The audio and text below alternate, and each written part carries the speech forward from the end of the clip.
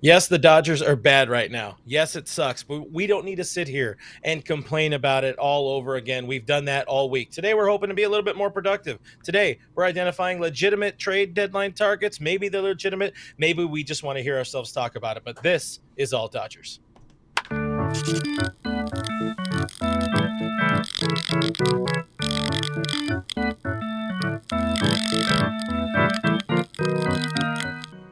Coming at you live from my home studio in beautiful La Puente, California. This is All Dodgers. You can call it the All Dodgers podcast. I got a button for that, and I didn't have my soundboard turned on. Mine that also works. My name is Clint Pasillas. Find me as Real FRG on the social media. My co-host is Snydog Jeff Snyder. Find him here on the All Dodgers YouTube channel every single day of your life, except for the days where we're not doing content. But Jeff, we both don't want to talk a whole lot about the Dodgers getting swept again. Oh, did they In lose? ugly fashion? Yeah, they lost. It was a bad game. They lost in the morning. There are some good things. There are some positives from it.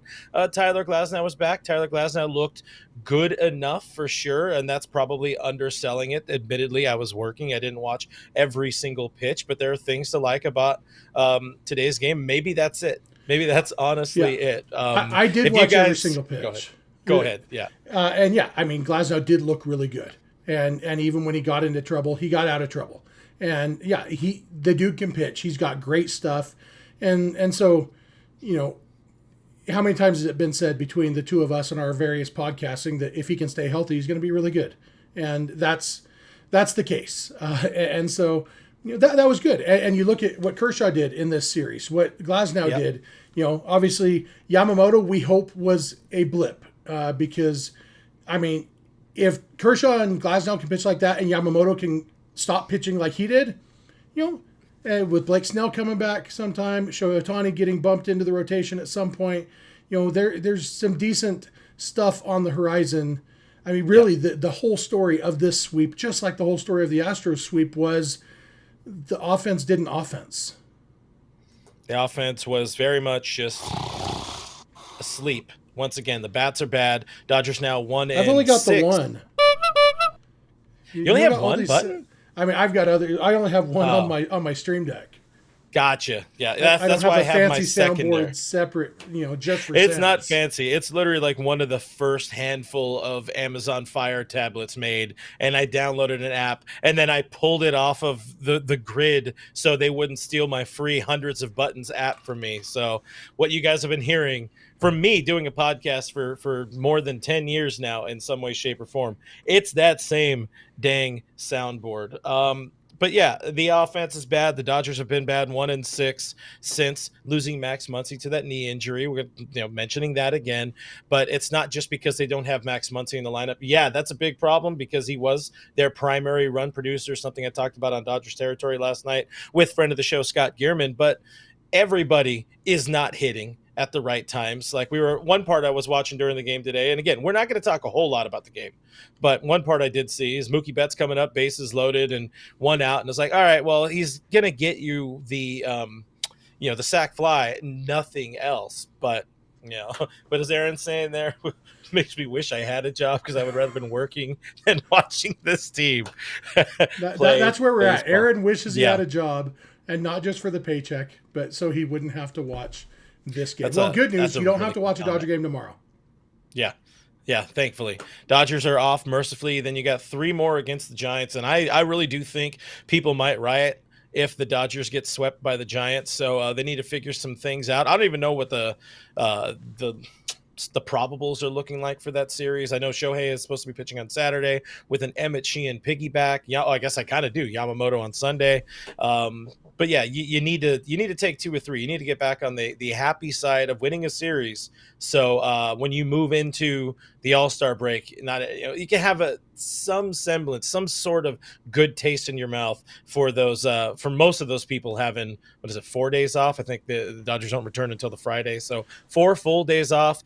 My sweet Lord, that's going to help this team. Once again, we've said that a number of times. The Dodgers do face both of the Giants' all-star pitchers this weekend. Logan Webb on Friday, Robbie Ray on Sunday, with Landon Roop in between.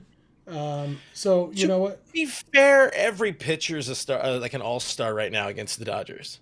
Yeah. So, in a way. they can't hit Jose Quintana. Maybe they can hit somebody better than Jose Quintana, you know?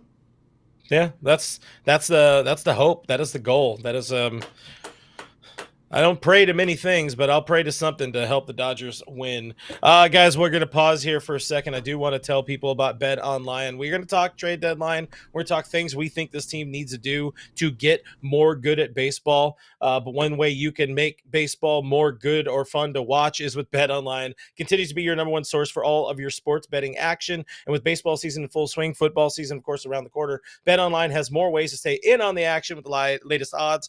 There's news, scores, even live in-game betting from MLB, UFC, tennis, NFL futures, WNBA, all those kind of things. BetOnline remains your choice for sports wagering info. In between games, head over to the BetOnline casino with all the top Vegas-style games, including poker, and there's a live casino. Do check that out. Head to the website today. Take advantage of their industry-leading VIP program with level-up bonuses, weekly cash boosts, and more. BetOnline, the game starts here. So, Jeffrey, Dodgers again, swept, not good, and there was some news. I guess we can call it some notable things that happened today. You want to walk us through the headlines of the day? Yeah, the headlines. I mean, the big negative headline besides Dodgers lost their 6th game in a row, first 6-game losing streak in 6 years, was oh yeah, Michael Kopech, his minor knee injury required surgery. So when they activated Tyler Glasnow, we're like, well, who's going to be the corresponding move? Are they going to DFA, Noah Davis or what? No, they just put Michael Kopech on the 60-day IL because he had a torn meniscus. And, I saw somebody like, well, didn't they just see the scans came back clean? And like we talked about with Muncy last week, scans immediately often don't show damage because of swelling. Scans aren't necessarily super reliable until the swelling's down. Apparently, we hadn't heard, but apparently after the swelling went down, he got a scan and saw the torn meniscus, and they do think he will be back this season. I don't know though. That's bad news for the Dodgers in the bullpen department. Yeah, very bad news for the Dodgers in the bullpen department, and they've been bad in general this year. Definitely inflated numbers from having a lot of also rans and nobodies and Jags in that bullpen, but the numbers up to the moment: 4.44 ERA, which is 7th worst in baseball, 55 home runs allowed, which is the most in baseball. It's worth noting the Dodgers have also thrown the most bullpen innings in baseball by about like 40 innings, 45 innings or something like that. So they're a little bit ahead of the god awful Colorado Rockies, and they're 52. But just the bullpen. I mean, you think about 4 months ago, somewhere in the middle of spring training, just before spring training, after they add Tanner Scott, Kirby Yates, 2 names. I know everybody, please calm down. You're like, man, is this going to be the best bullpen ever? And so far, very just mid at best. And that does not help a team in their title chances. Now, all that said, they're still a 5-game lead in the National League West, or 4.5-game lead wherever they're at right now. I think the Giants are still playing, but the bullpen is suddenly now with Kopech out, knowing that not Emmett Sheehan, knowing that Evan Phillips is out for the year as well. Brusdar Graterol, of course, trending towards coming back, but I'm just like, they might need to go out and explore a high-end bullpen arm. Yeah, they might. I do wonder, and maybe I'll have to make a spreadsheet tomorrow on my off day, because that's what I do on my off days is make spreadsheets. Hashtag Google Sheets rules. What a man. What a man. But the Dodgers do have 6 relief pitchers with an ERA over 12, and they are guys with names like Noah Davis, Kike Hernandez, Miguel Rojas, Yoendrys Gomez, Ryan Ludus, and JP Fireeisen. I do wonder if we took out those are 6 guys who will not be pitching for the Dodgers in October. I think that's safe to say. Some are no longer in the organization. Some are position players. Some, in fact, they might all fall into those 2 categories. Pretty much. Bunch of Jags. And then again, mixing in, like you said, the Kikes, the Miguel Rojas's. Those are some pretty inflated arms there, so I'd be very interested in seeing what that spreadsheet looks like. Because I'm just doing a quick glance, and those 6 names have allowed 22, 29, 36, 41, 44 earned runs this year.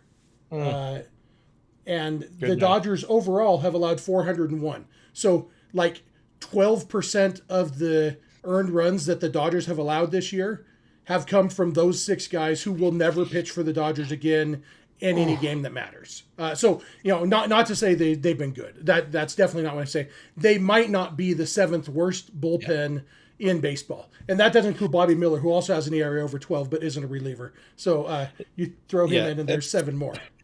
It's still too middling for my enjoyment. For sure. And again, one of the things I had mentioned last night when I was on Dodgers territory, it's understanding how much this team leaned on the bullpen last year in the postseason. Obviously, you hope that's not the goal in the same way it was last year in that title run, because you actually have, knock on desk here, you have some starting pitchers that you didn't have last year. And to be fair, some of the starting pitchers, again, your Dustin Mays, maybe he's going to be a bullpen piece for this team, I think, very soon. Especially, you mentioned a little bit ago, Blake Snell. He's going on rehab tomorrow at Rancho. Do check that out. If people, our buddy Mike Salas, he's going to be out there covering it for Dodgers Beat. I'm sure Tim Rogers as well. But the important thing is he's throwing a baseball to hitters that aren't his teammates. So that is good. And that's trending towards getting another arm back that maybe moves the I guess the bullpen, the starting rotation, like, levels. And we saw today, Ben Casper is pitching back in relief, where he has been awesome this year. That getting a starter back can bump somebody to the bullpen. And speaking of Blake's in rehab, Blake Trinan had his first rehab appearance in Oklahoma City tonight and struck out the first 2 batters, then got a ground out, 12 pitches, 8 strikes. Fastball velocity sat around, I think it averaged 95.5 is what I saw. So maybe a little bit down, but for a first rehab appearance, great. All good news there. And relief pitchers don't take as long to come back. Don't need as long on rehab because you're only getting built up to 1 inning. So really it's like, do this a couple times, then do a back-to-back, and then boom, Bob's your uncle. You're ready to go. We got a couple super chats. Should we jump into these real quick? I was going to mention that one. Who got first? We got Richie. Richie with the $4.99 super chat. Thank you very much. Mr. Richard Flores out there in the, I don't know if it's beautiful, but Devore is pretty okay. It's, of all the places in Southern California, it is one of them. It's got a freeway overpass. He does have a freeway overpass. These past 6 games have been fantastic. Sincerely, Anthony Rendon and Dave Vassay going down the slide in Milwaukee. When is Noah Davis bobblehead night? Oof. Somebody's need to send Vassay down that slide again. It's good for him. It's good for his health. And Francisco Diaz with the $9.99 super chat. Thank you very much, Francisco. So asking, have you guys been watching Dodger baseball over the last six days? Because I don't think the last 6 days have been horrific. You do this. I think I missed the tone. You do words. I think have you guys watched the Dodgers baseball over the last 6 days? Because I don't think I have. The last 6 days have been horrific. I'm very superstitious, but even I think it's time for some type of change. Yeah, it's been bad. It's been very bad. Ugly. Appreciate you guys sharing in the super chat pile there, guys. If you don't want to hit the super chat, hit that like button, subscribe to the channel. I keep telling you, there's not enough likes, clearly, because if everybody was hitting like, the Dodgers would win. Wink, wink. But anyways, send us in the right direction here. One other bit of news that maybe is a segue into our next segment is not Dodgers news. The Yankees DFA'd DJ LeMahieu. That's Dodgers news to me, baby. a year and a half left on his contract with the Yankees, and they cut him. And I definitely don't bring that up in the context of the Dodgers should sign him. If you're going to say that, Clint, then I'm going to hang up. You shouldn't have put me in charge of the show tonight. I will hang up on you. I am not interested in DJ LeMahieu wearing Dodger blue at this point in his old age. What? He's it's almost his birthday. Throw the man a freaking bone. But what it means? It's almost 37. I've seen a lot of people say the Dodgers are just going to keep running Michael Conforto out there because they paid him a lot of money and they're too proud to admit their mistake and all that stuff. And I've said it before. I'll say it again. I said it on a previous podcast. I don't know if you know this. I used to do a different podcast. But now I'm here on All Dodgers. The money is not the reason. The money is not the reason that Michael Conforto is still playing for the Dodgers, except in the fact that the reason the Dodgers gave Michael Conforto $17 million is because he has a history of being a good hitter. And so until he proves that he is never going to be that good hitter, they're going to be inclined to keep giving him a chance. But even the hard hit, like a month and a half ago, we could say he's had bad luck. He's starting to hit the ball hard, And the funny thing is, even though he has hit a couple home runs recently, his overall hard hit rate has gone down. He's not hitting the ball as well. There was a time when you could genuinely say, man, that dude has terrible luck. And now, and it was maybe exemplified in his pinch hit appearance. I think I got to do pinch hit in air quotes when I say it, because he went up there and just like a house by the side of the road, strikes out looking. And I know it's hard to be a pinch hitter, but it's a lot harder if you don't swing the bat, although it worked for Teoscar Hernandez, I guess. But yeah, it's just, yes, the time is coming, because Michael Conforto, my whole thesis here is the Dodgers will cut Michael Conforto if he doesn't have a major turnaround very soon. Very soon. That's what I'm saying. Like, how much longer does this dude get? I don't think All-Star break is ridiculous, and that's about where we are now. Yeah. But yeah, I mean, the problem is they don't have anybody. They don't have anybody ready to go. And we've talked about this a number of times. Like, internally, they don't have anybody. They're already, scraping kind of the bottom of the barrel when it comes to 40-man roster dudes, with James Outman being back up the major league level, Estuary, Ruiz getting playing time at, in a Dodger uniform. These guys shouldn't be there. I would definitely rather see an Alex Friedland or whatever, but the organization is not telling us that they're not showing that, it's not giving that they have an interest in giving him that opportunity. Now, with LeMahieu, getting back to LeMahieu for a second, listen, this is one of those guys, like, just the long-time future Dodger. Like, I'm not saying I want him. I'm just saying I would not be shocked to see the Dodgers take a flyer on an old, rundown, former Gold Glove dude, and somebody that we've heard this team have interest in time and time again in the past. And you look at the numbers, they haven't been that bad. I talked to my Yankee buddy, Derek Lewandowski, host of Pinstripe Territory, the number one Yankees post-game show in the world, and he was saying he's done. I asked him, is he cooked? He's like, he's done. He has no mobility left. And I'm like, perfect. That sounds like what the Dodgers have right now. Come on down, DJ. Yeah, no, that's all I have to say to that. That's it. Yeah, I don't know if I can even like dignify that with a response. But I did see a chat while I was tuning out your terrible idea. It's not an idea. I'm just saying I can see this team making that move. The reason I said this LeMahieu news is a segue into our next segment. Look at Gary Sharma's comment. Conforto is getting DFA'd only if we make a trade to get a replacement. And like you said, and he said even then he could be sent to the bench. I don't necessarily need Conforto to be DFA'd. If he's not starting, I'm not sure that he has a role in this team, so we'll see what happens. But the reason he's still here is because there isn't, like you said, there's not somebody beating down the door to replace him in the outfield. And there won't be in the organization, which means the Dodgers have to wait for teams to be ready to trade. And with 85 teams making the playoffs these days, it gets later and later, closer to the trade deadline before teams are ready to make a trade. If the Rockies had anybody worth trading, they might not be the worst team in the world. And so it's only teams like the Rockies and White Sox that are really sure they're out of the race. And, maybe the Rockies probably aren't going to come up in this conversation. But what we're going to do, Clint, is we are going to talk about guys who we think the Dodgers could/should/would target in trades. And we're not going to say the name Jose Ramirez because you and I have already had that conversation repeatedly.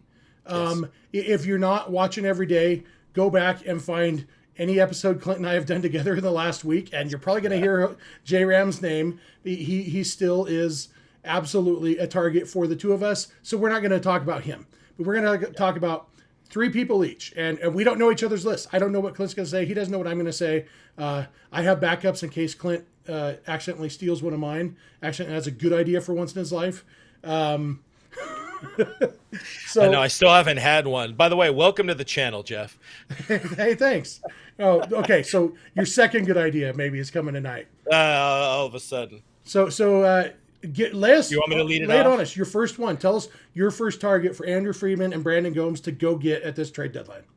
I will say the J Ram handcuff proved to actually be an issue for me because I started looking around and started identifying once again, the late this week in updated buyers and sellers and teams on the fence. And there are a lot of buyers, there are a lot of potential sellers, but like you said, people are still at that point where they're trying to figure out whether or not they're going to be in it. They're going to be somewhere close. So with that aside, you mentioned um, the Colorado Rockies, and you and I just before I wrote this name down, and you and I just before going live, we both together looked at Ryan McMahon's numbers from the Colorado Rockies. That's another one of those guys, longtime future Dodger. He is so bad over the course of his career. Even as a Colorado Rocky, he has never had a league average season. That said, he does offer this team some defense and the ability to play some second, some third, something they used to have in a Chris Taylor, something they're missing for right now. If it's not J-Ram, it's going to be somebody that we really don't want. People in the chat who might mention a Nolan Arenado, and I understand I'm going rogue here and just saying a bunch of names, but the people who mentioned Nolan Arenado, one, he's bad, and two, the Cardinals are in it. They're not moving him. So if it's not McMahon, maybe a Luis Rengifo. I'm going rogue there. I'm saying my pick is Luis Rengifo. You said Renifo. You Yeah. you got shamed enough for. I shamed myself enough. Yeah, every time you say Rengifo, I'm going to say Pasilis. How's that for a deal? All right, so How do you want me to say Rengifo? Like Rengifo? Is that better? in some ways, yes. Anyway, so which name were you actually saying there? What, did you land on Luis Rengifo or Ryan McMahon? Yeah, I'm going to go with Rengifo. All right, I'm down with that.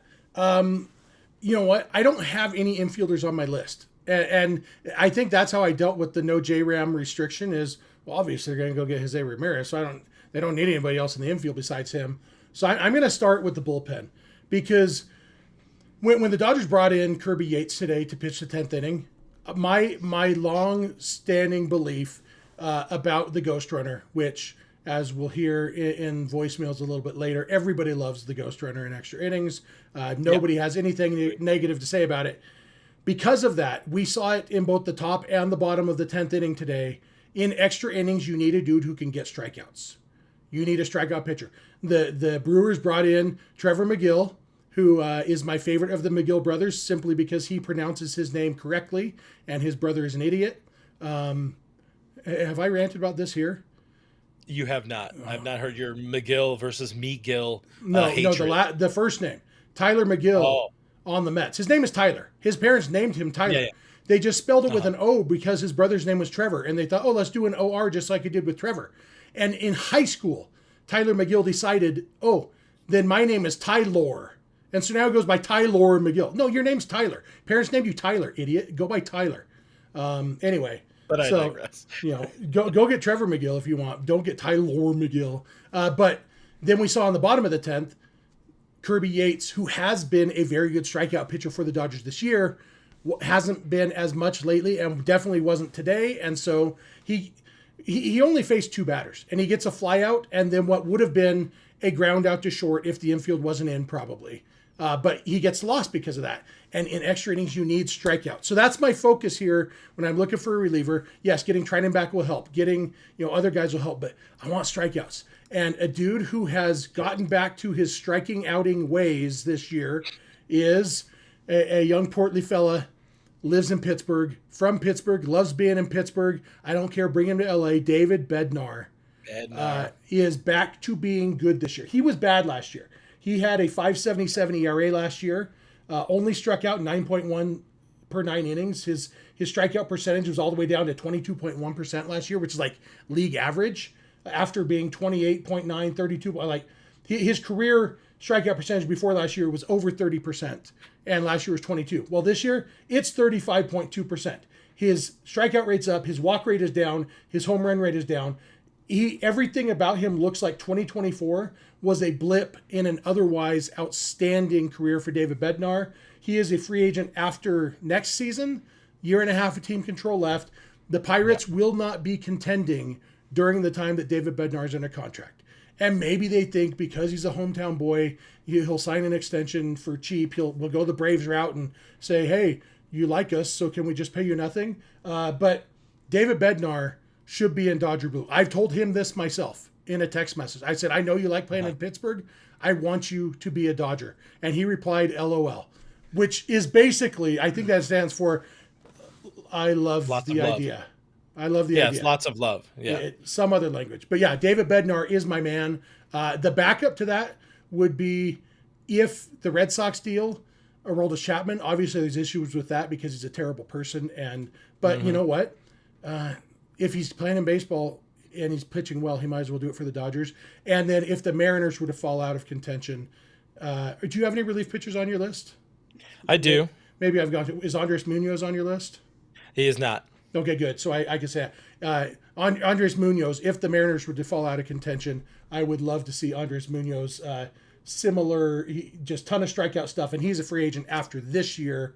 And so just dominant stuff, throws hard, gets outs. So David Bednar, Andres Munoz is my first pick.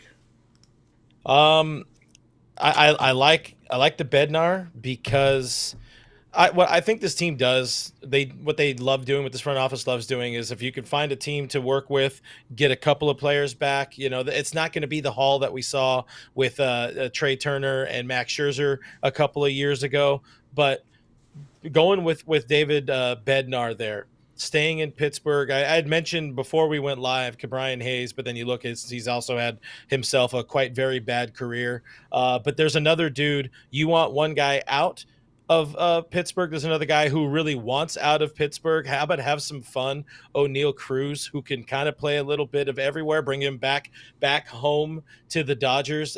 He's got talent. He doesn't have the right adults around him. Again, the numbers would be bad. The numbers would be really, really bad. But if for the last couple of years, we have spoken about, the Dodgers should go out and get Luis Robert, get Lou Bob. Why not get somebody who's younger, who can actually, for the most part, stay healthy?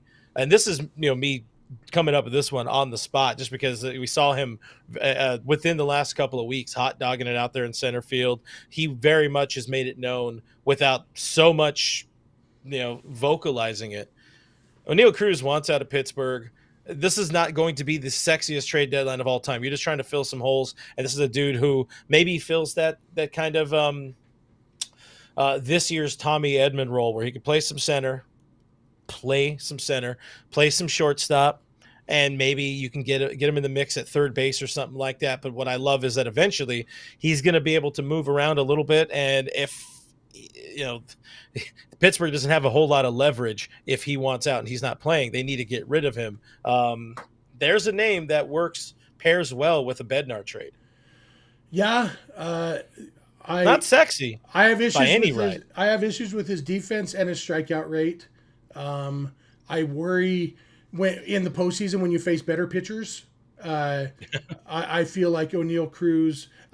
This is based on feelings, and I usually go with facts, but you sprung this name on me. My guess would be if I spent time working on a spreadsheet about O'Neal Cruz, we would find that he hits better against worse pitchers, which is true of everybody probably.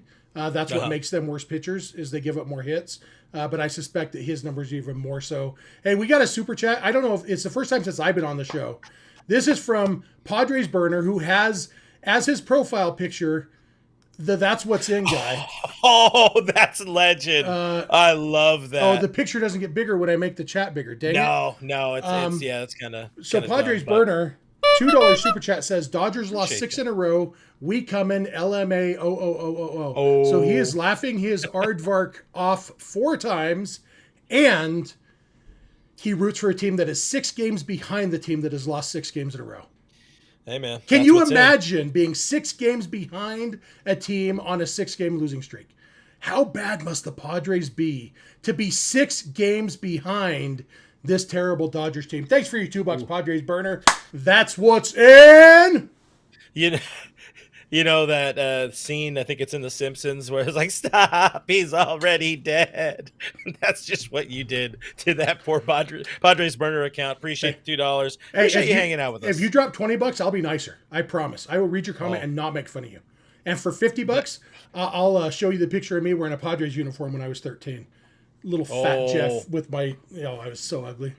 Mostly because of the Padres uniform. But what about now? How do we explain it? Moving on. Where are we at? I Did don't you know. finish So your retort to my O'Neill Cruz? yeah, so Neil Cruz was yours. That's my number two, just All right. because again, I think they have to pair. I love the Bednar. I didn't have Bednar on my radar, and I think there's going to be, we'll call it a blockbuster, but it's going to be like a multiplayer deal with a team or 3-team trade. All right. So I'm going to stick in the outfield. And this one, maybe it's not as creative because it's names we've already said. But Jose Ramirez. I just saw the comment. Jeff was fat when he was 6. Yeah. No, actually, when I was 6, I wasn't fat yet. I didn't hit fat till about 9-ish, and then, but I made up for lost time pretty quick. All you late term fatters. I was born this way, baby. I mean, I Came was out 100 pounds. I was over 9 pounds when I was born, so I was never little. My dad, my nickname growing up was Beast because when my dad saw me, first thing he said was, "What a beast!" And so, yeah, I was never a little guy, but I wasn't actually fat. I mean, I didn't think we were going to turn this into a therapy session, but if you want to talk about the verbal abuse, we can. All right, somebody in the chat says he'll donate $100 to see the picture of me in the Padres uniform. Put your money where your mouth is. Drop the $100 Yeah. super chat. That picture will show up here if I can figure out how to. How to load it up on here. I might have to hold it up on my phone to the camera. Show But, whatever it is. Hey, for $100, I do a lot of things for some money. I will Anyways, show that off. where Anyway, are you at? You were in the outfield. Jarren Duran. Like I know it's been talked. It's maybe the most talked about Dodgers target, other than Nolan Arenado for some reason. But Jarren Duran is what I'm looking for. He's been playing left field this year, but he has been a good defensive center fielder in his career. He is fast. He is exciting. He has power. He has all the things that I'm looking for in a Major League Baseball player. One thing I meant to look at before I started, and I didn't, so I am now while I'm talking because I'm multitasking. Is where the Red Sox are at, or no, how many years he has left? No, I know how many years he has left. He's a free agent after 2028, so he's still got a lot of team control left. And the Red Sox are currently 6.5 out of first place and 2.5 out of the wild card. Yeah, So- the wild card. That's where they for me they're buyers. I don't think they, after trading away Rafael Devers, I don't think they're on the fence. I think they're going to be firmly buyers unless something changes that over the next 3 weeks. So, but what I like about him, his strikeout rate is roughly league average.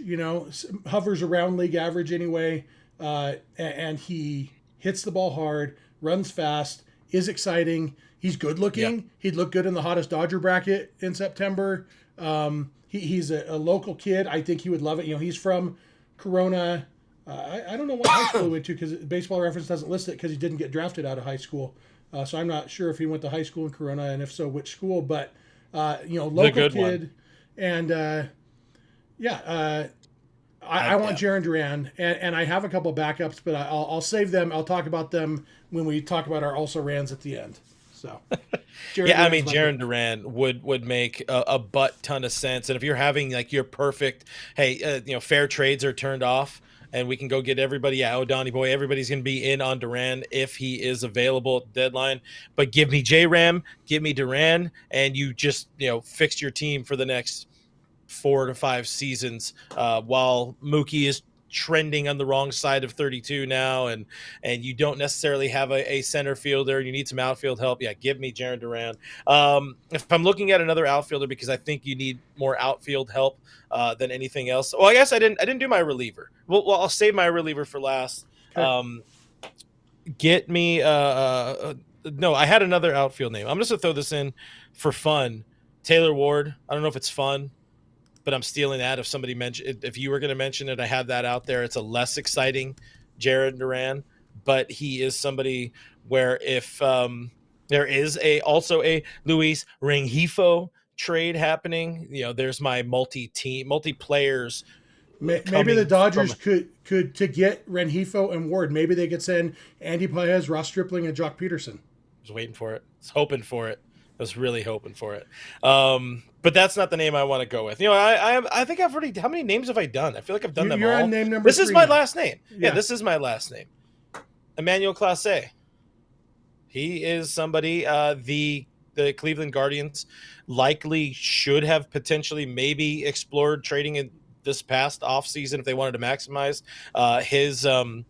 his value. Of course, the Dodgers at that time were not looking for high leverage right-handed relievers. Now suddenly they find themselves looking for high leverage right-handed relievers. And once again, we find ourselves hoping that Blake Trinan can come back from an injury and be effective. And now Brusdar Graterol can come back and be effective after an injury. And also on top of that, Michael Kopech can find his way back from a now meniscus surgery and be healthy and effective by September. There's too many ifs in there. This team has a bunch of lefties.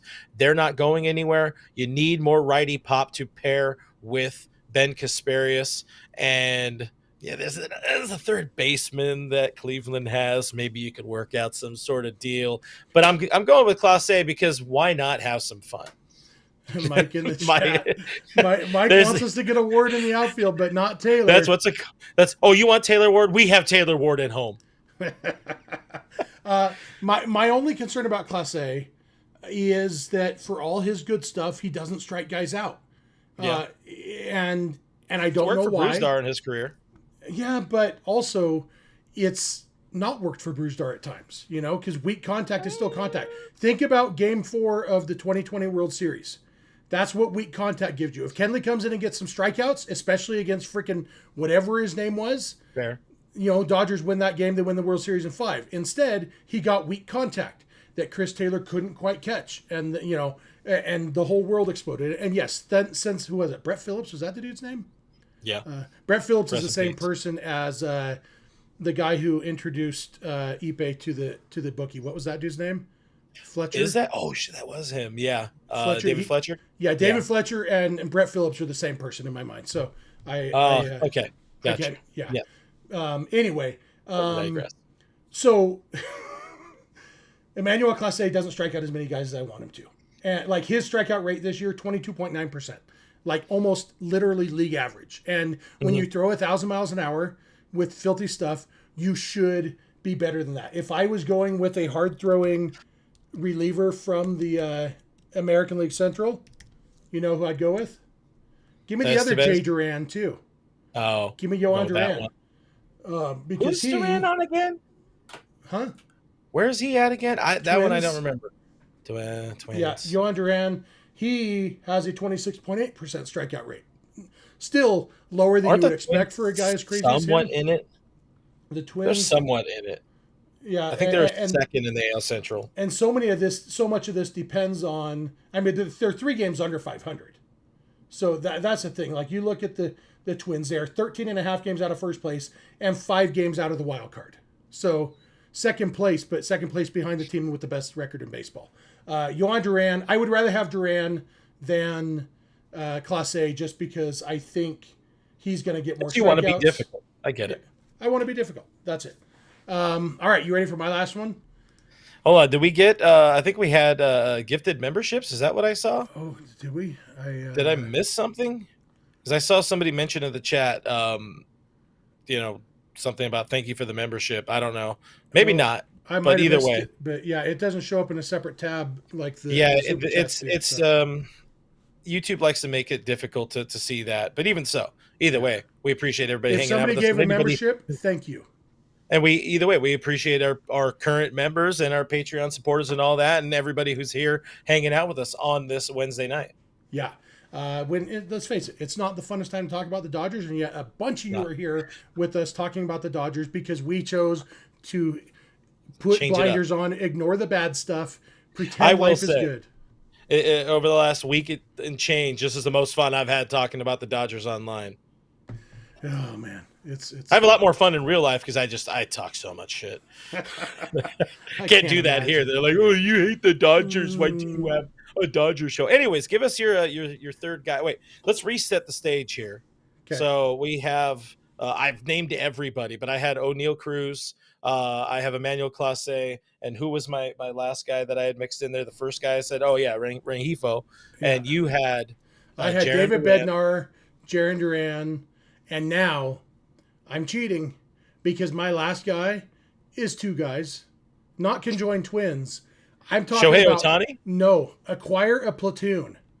Go get Randall Grichuk and Mike Talkman. Oh, I hate this. I hate it deeply. I Why? mean, if it means no To replace no more Michael Conforto. Conforto, yeah, I can get more on board.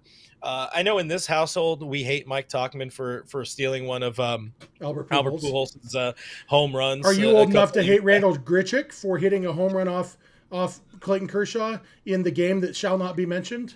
Everybody can hit a homer off of Kirsch. Come on now. The only hit that Kershaw had given up in that game before that seventh inning was a solo homer to Randall Grichuk right down the line in that 2014 I think it was NLDS. 14, Yeah, 13 or 14. Yeah, that game doesn't exist. I Almost was at probably that game. 14.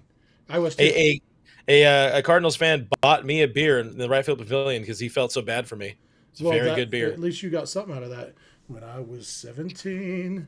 I drank Yeah, some very but good beer. Randall Grichuk isn't doing well this year, so he won't command much. But in Shock. his career, he has been a lefty masher. Have you looked at Randall Grichuk's splits That's what in Nick his was career? asking in the chat. Does Grichuk still hit lefties well? I have not. He's one of This those year, guys that's been talked around with the Dodgers a lot, but like never seen anything. He's like the anti Tommy Pham so when it comes to linking to the Dodgers. yeah. So this year, his OPS against lefties is only 86. So I acknowledge that. But let me read you his last 7 years before this.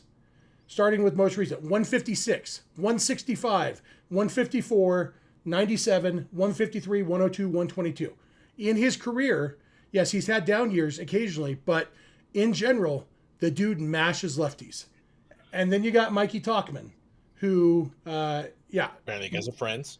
we hate him, but he hits righties really well, and he plays good defense. And so if you replaced Michael Conforto in the outfield with the two-headed monster of Randall Grichuk and Mike Talkman, it would be a major improvement that would not cost very much. And so in context of, along with other moves, along with getting Bednar and whoever else, Grichuk and Talkman, the two-headed monster, could be something. You know, I understand why you saved them for last. But usually you want your list. I feel like you want your list to get better as it goes. I didn't want to set the tone with cheating. That's fair. Although you did when you're like, this guy and this guy and this guy and this guy and Rengifo. Listen. This channel used to be all Dodgers with Clint Pasillas, all right? Used to be. Now Used to be. it's just all Dodgers because here we are, baby. The important thing is these are a bunch of names, and none of them were technically Jose Ramirez. I think we both operated well within like a reasonable mean and also above where the Dodgers will likely be operating. But the important thing is we all need to accept the fact that they need to be active. Andrew Friedman, Brandon Gomes need to be active because what we're seeing right now, yes, there are a lot of things that are wrong, a lot of things that are currently just kind of broken, combined with everybody sort of being on a cold streak. But it's real easy to see something like this happening in October. And if this team is still running, Conforto out there and his, $180 on the high side average, I think people are going to be pretty dang upset. Yeah, for sure. And it's not going to happen. But, back on my old show, Vince and I did bold predictions at the beginning of the season. And one of my predictions was that this year's NLCS MVP for the Dodgers will be someone who wasn't on the opening day roster. And so, which at the time, it was a bold prediction because the Dodgers were on paper supposed to be the best team ever. And, They were ruining baseball. Yeah, absolutely ruining baseball. And yet, as we saw, just like every year, needs arise and they need to get some help. And some of that is permanent help. The bullpen, like you mentioned, with Phillips out for the season, Gratterall, who knows when he's come back, who knows about Kopech, all these, yes, they probably need a good reliever. And not just for the short term. Third base, yeah, they need somebody for the short term, and in case Max Muncy can't, as Barry Manilow said, get the feeling again. They need somebody there, but there are some needs on this team. Did you have any other names that you had as backups in case I stole somebody from you that you haven't said yet? The only other names, I think I mixed them all pretty decently in there. Even I had a Carlos Estevez from Kansas City. I saw some other people mentioning in the chat like Seth Lugo. I don't think they go the starting pitcher route. I don't think they need to go the starting pitching route, which is why I didn't go with the Seth Lugo or like a Michael Waka or old pal, was it Tyler Anderson or old pal Andrew Heaney. There are also so many teams that are going to be in the market for starting pitching that I think it gets insane. It's going to be an expensive market. Yeah. Yeah. And so thankfully they have enough bodies. Yeah. Yeah. Glasnow, Snell, Otani, and guys coming back that if they can be healthy. But there is a little nagging part of me that thinks, you know what? I don't think you can afford to say, well, hopefully Tyler Glasnow is going to stay healthy, because that's like, saying, well, hopefully I don't crash my car as you don't put your seatbelt on and then drive with your eyes closed. That it could work out, but in general, it's not the safest bet. The only names that I had on my list as potential backups that I didn't bring up, backups for Jarren Duran, Cedric Mullins, who we talked a little bit about the other day and discovered that he's having a decent offensive season, but his defense has been terrible for some reason. He's been a good defensive outfielder until this year, and now he's not. And so, don't know if that's a blip or not. But then another name, thinking of center fielders, and this would be not because the Yankees might fall out of contention, but can you imagine if the Dodgers went and got Trent Grisham? Trent Grisham, he's having a good year this year. Did you see that? He has a 146 OPS plus, 129 OPS plus this year. He is. You know what's funny? I would honestly accept Alex Bregman before Trent Grisham, and that's just I feel of Grisham's stupid punchable face. Yeah, maybe shave that stupid effing dirt lip thing he has going. He had a stupid ugly face even before he had the mustache, though. He didn't have the mustache with the Padres. He's just got that punchable face, and it's not even ugly. I say ugly meaning that I hate it. He's not an ugly man. He's just a punchable man. But if he could, respectfully, you know what? Wander Uribe was my least favorite player in baseball before the Dodgers signed him. He used to have that little bleached goatee thing when he played for the White Sox, and he played for the Giants. So it's like I hated Wander Uribe, and I grew to love him. And there have been plenty of guys. It never worked with Brian Wilson. Never did love that guy. But if he had pitched well, I would have. If Grisham came and helped the Dodgers win a World Series, I would not buy his jersey, but I would not punch somebody for buying his jersey. Yeah. So, but yeah, starting pitching, I wouldn't be surprised if the Dodgers in the market, but maybe just to drive up the price for other people because, like you said, the prices are going to be high, and who knows if the Dodgers would be willing to do it. So, I think they need to be willing to make some moves, man. They have some talent in the lower levels. You don't really know who obviously is going to pan out for this team, whether it's a Mike Sirota, whether it's yeah. Michael Negretti agrees with you on passing on. That's a hard pass right there. They have some talent that is far away from helping this currently constructed team. And right now, I think you need to maximize this ball club this year, next year. And I'm assuming that's how the front office is viewing it as well. Even if they were to trade two dudes in the top 10 or something like that, let's say three from total from like the top 30. This is just spitballing here. They will survive. They will endure and survive. They always find a way to keep bringing in talent, drafting talent, identifying other talent or whatever, but they're not all going to pan out. They're not all eventually going to become Dodgers. So if you have to trade a Zaire Hope or a Kendall George or a Sirota or a Jackson Ferris or whatever, now's the time. If you can get some dudes who are going to help this club, for the next couple of years, a Jarren Duran. We said we wouldn't say J Ram, but I'm going to say J Ram again. Obviously I said O'Neal Cruz. I'm not necessarily. I would take O'Neal Cruz over Trent Grisham in a heartbeat, just out of principle. But they need to be active. They need to be active, and that's, I think, the spirit of what we did here. And I saw Johnny Owen talking shit earlier in the chat saying Grassman at Straws show. Sorry, we didn't do another Dodgers collapse continues show or another Dodgers have a serious issue show. If you want to watch those, there's a lot of other channels that do the same. Hey, And we've Dodgers done those shows in the last and week. we've Like, done those. What we set out to do was something different here, and I appreciate that Jeff and I were able to do something slightly different. And don't worry, couple days from now, like all these channels do, they're going to do what I did, what we did, and they're going to talk about trade deadline stuff. And then the next couple of weeks, you're going to be like, oh, I was talking about team instead of all the deadline stuff. Well, guess what? We talked about the deadline first, and it wasn't some BS Paul Skeens rumor or anything. It's things that could actually potentially happen. So Thank you, and kindly F off. Not specifically Johnny Owen, but just anybody. Let's just direct that one back at that Padres burner guy, you know? I don't know. He gave us $2. I kind of like him. That's what's in. I would like the Padres burner more than I like Trent Grisham. We do have a couple voicemails here, and it is a Wednesday show. We got voicemails from the usual suspects. I'm going to put out a pitch here before we play these voicemails. As you know, we are doing voicemails on Wednesdays and Saturdays shows. Saturday is All Dodgers After Dark in the morning. In the morning.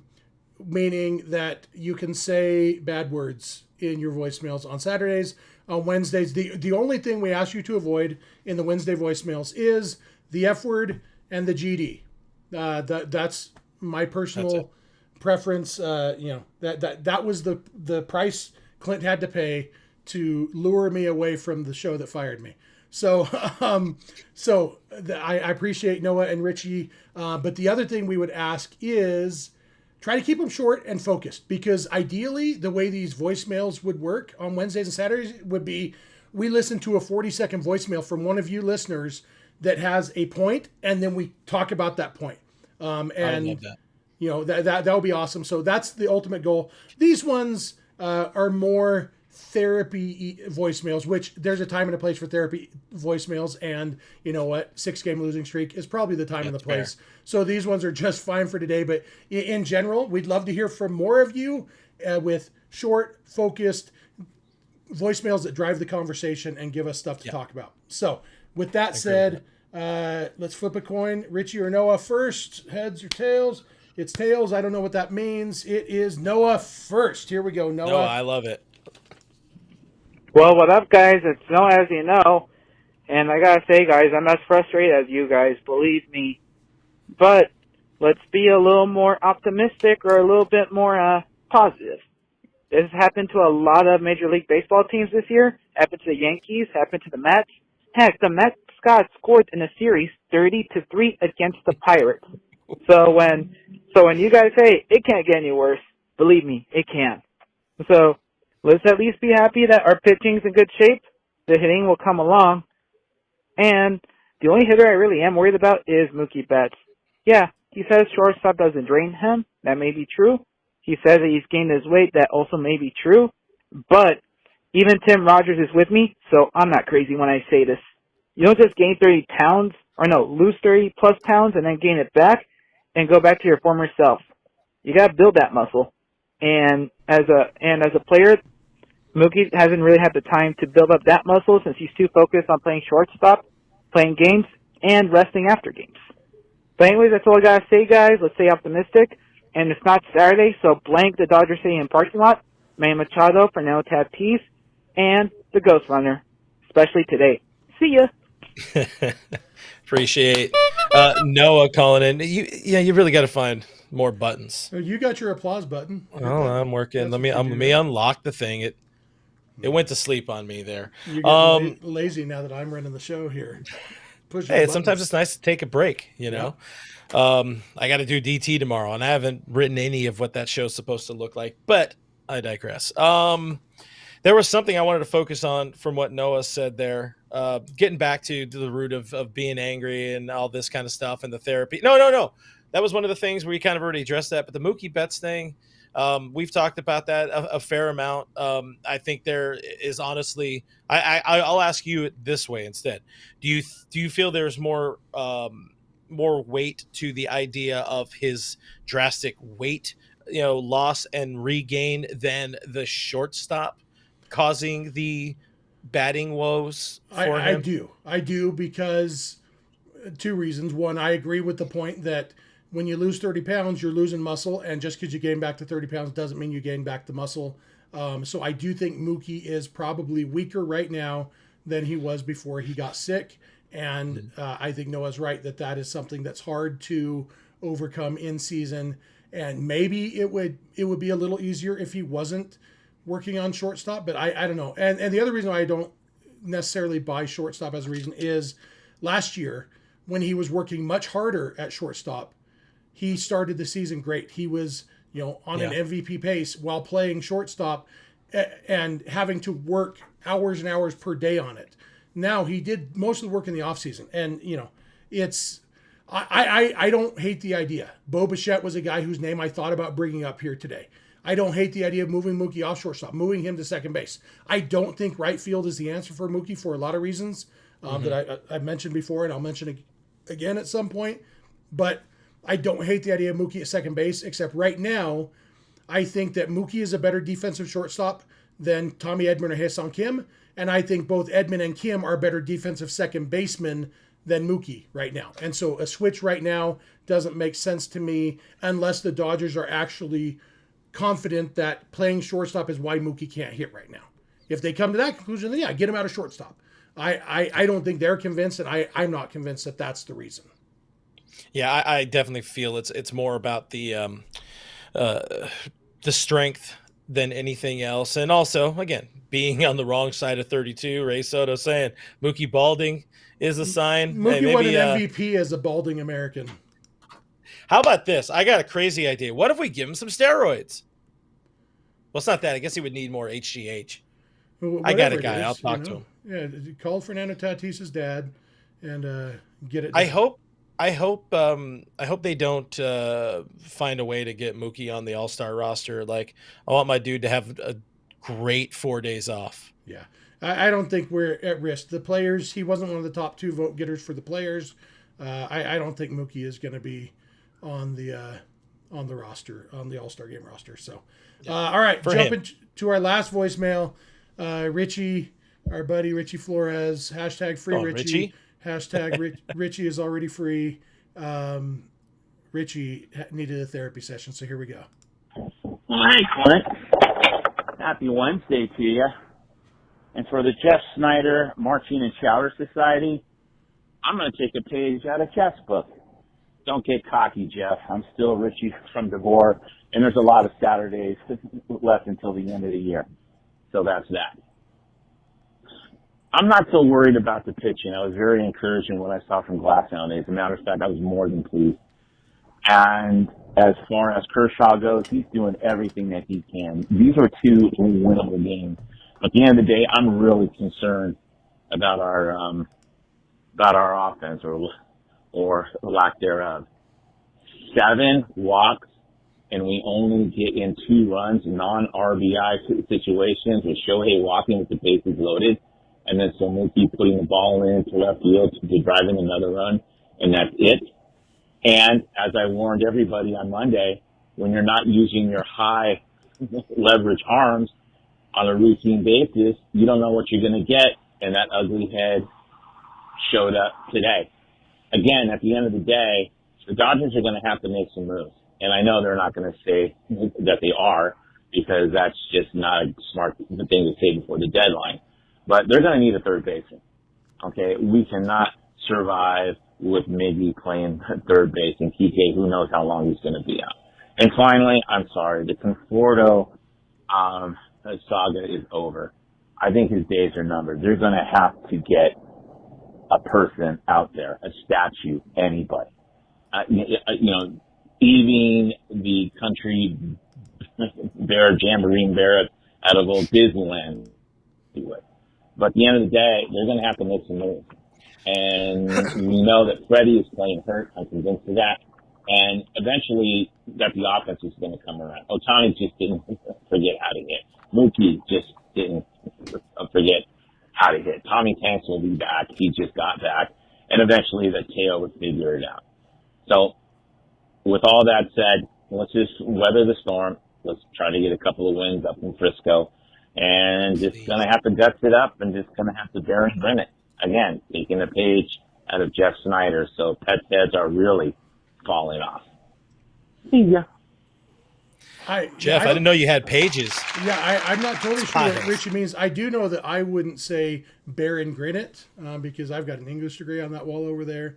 It's grin and bear it. So I know that's not the page you took out. But yeah, you know what?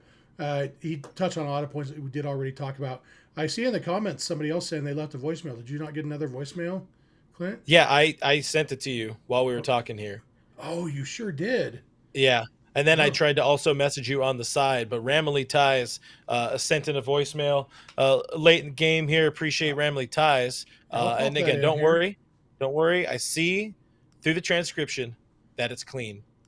All right, I'll be the judge of Wednesday that. clean. Let me drag this in here. And here we go. Clint, Jeff, what's up? This is Rubio, after Niners, formerly known as Ramley Ties. This isn't a bad time for a 6-game losing streak. I mean, it does suck, but it's not a bad time right before the All-Star break. I say Robert sits all the Dodgers that made the game, let them all get the rest, and tired everybody out. Everything will be fine. We will all be in downtown and at Dodger Stadium come early November for another parade. Don't panic, people. Too many Dodger fans panic. I'm not one. Go Blue. I like that. Give me that applause. Yeah, there we go. Appreciate Rubio calling in here. Yeah, we need a little bit of positivity. What do you think about that thought though of resting the All-Stars, I guess? Like, so really we know just be Freddie. Yamamoto won't be pitching. So we got Kershaw, we got Freddie.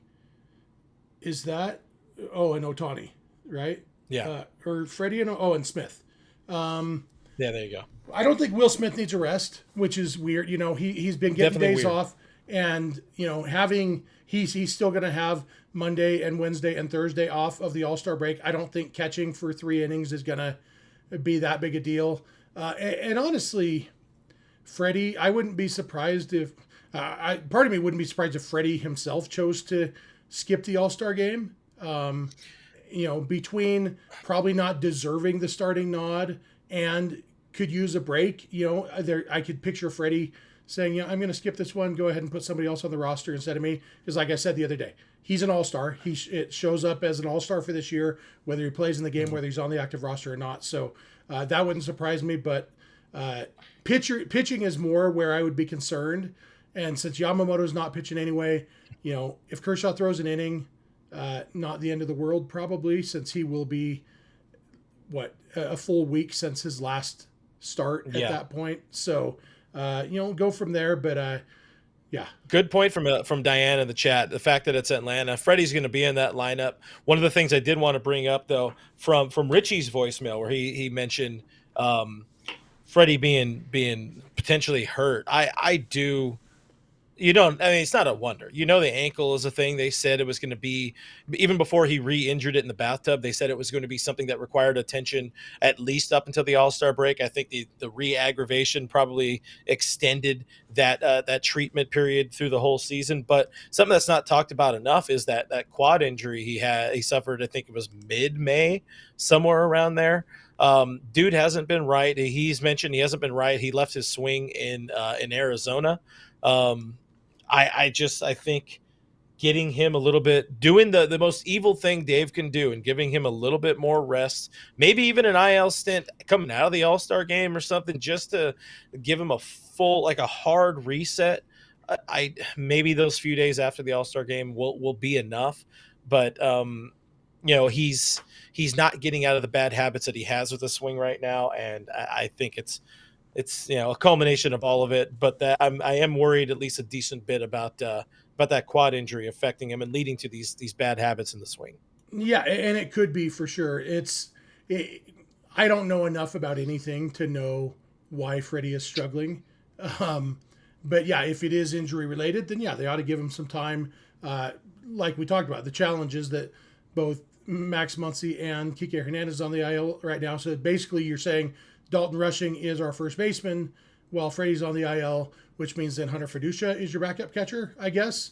Or they just swap and you know, have Rushing and Smith take turns at first base or something. But not the worst idea in the world to get him right, if that is the issue.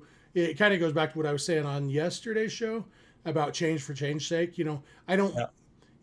I think they'd have to believe the injury is why Freddie's struggling, and if they do, I feel like if they believed that, he would already be on the IL. Yeah, that's fair. But that doesn't mean, just because they don't believe it doesn't mean it's not right, and it doesn't mean that they won't start believing it, in the next week or two. Information changes, things change, and if you look at, well, this guy who's the best hitter of the world has been awful for a month and a half now, well, then maybe there is more to this than we thought. Teams can be wrong about players, so yeah.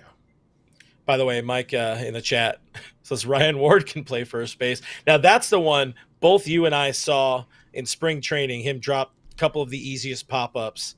I liked the play that Doomsal shared on social media of Ryan Ward actually making a play in right field. I'd be intrigued to see him play some outfield for the team, but first base, I'd rather let's get Jock Peterson back over there instead.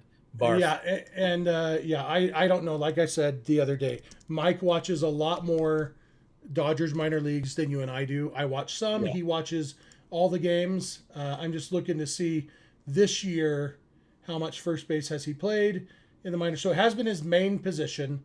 He's played 336 innings at first base, and then almost that many combined between left and right field.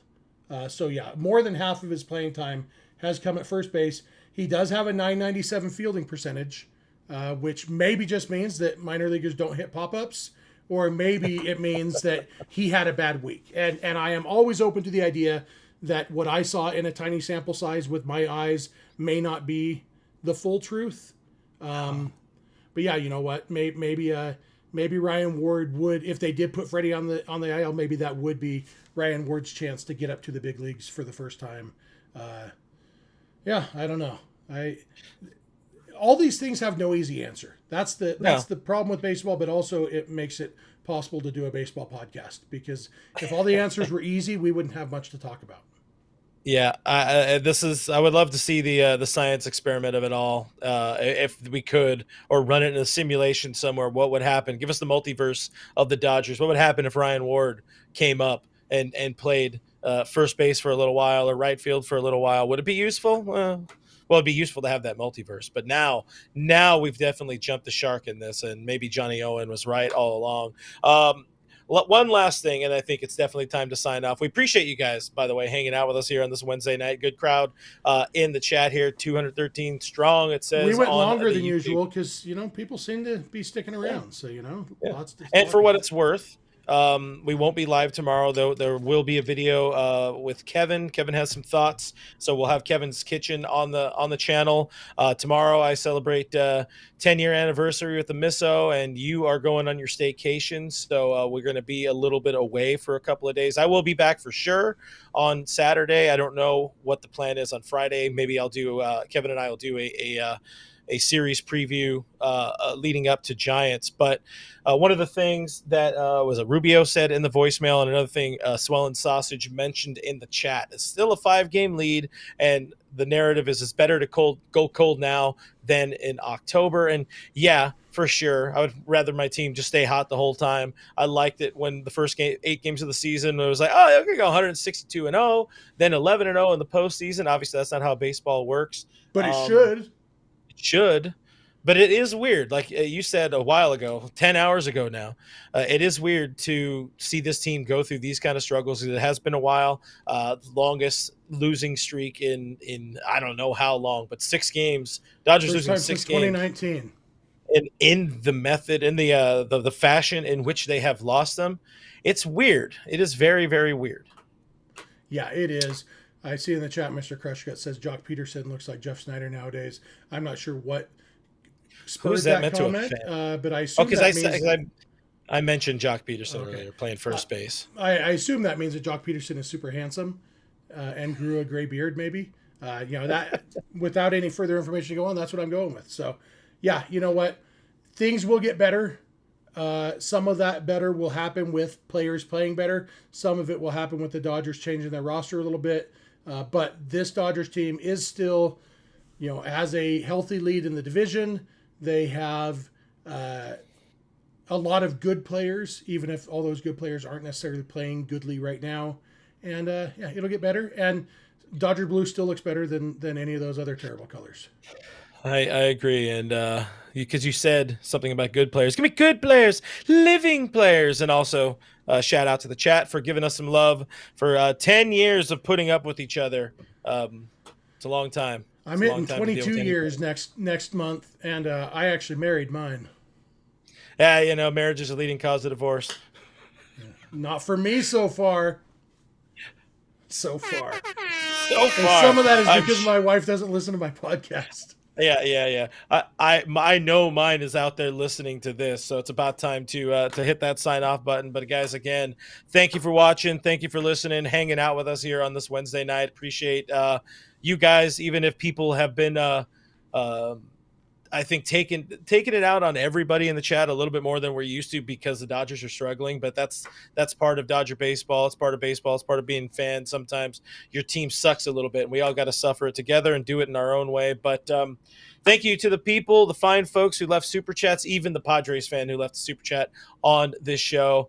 We appreciate you guys. Appreciate our Patreon supporters, our YouTube members as well. You guys help keep the lights on, help sometimes get Jeff maybe some better internet. Help me get a better camera today if people think I look better or worse. Sound off in the comments below. But if you are looking for a different way to support the show, check out patreon.com/realfrg or click the join button here on YouTube. The most popular tier is the $5 tier a month. With that, you get access to our Discord server. You also get we have monthly, might actually start doing twice monthly watch parties on Discord. We have meetups in real life at Dodger Stadium, a bunch of cool stuff, and you get to hang out with a cool, sometimes all frustrated together community of Dodgers fans where I'm in there, Jeff's in there, producer Kevin, all that kind of stuff. We hang out in the chat. But yeah, that is about it, guys. I am Real FRG on the social medias. That guy, I got it this time. It's Snydog on the social media. Give him a follow. All Dodgers is presented by Bet Online. We are part of the Believe Network of podcasts, and we'll see you on the next one. Bye.